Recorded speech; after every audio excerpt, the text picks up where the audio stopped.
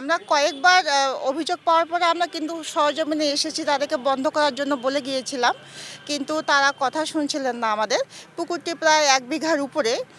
তো আমরা এখন যতটুকু পুকুর আছে আমরা ততটুকু পুনঃখনন করব এবং যিনি মালিক আছেন ওনার বিরুদ্ধে আমরা যথাযথ আইনগত ব্যবস্থা নেব। আমরা চাচ্ছি কি যে এখানে একটা ভালো একটা মেসেজ দিতে সবাইকে, যে যারা পুকুর খনন করবে অথবা যারা পুকুর ভরাট করবে অবৈধভাবে, যেটি হোক না কেন, সেটি ব্যক্তিগত জমিতে হোক অথবা সরকারি জমিতে হোক, আমরা এর বিরুদ্ধে জিরো টলারেন্সে আছি এবং আমরা এটিকে কঠোরভাবে দেখব।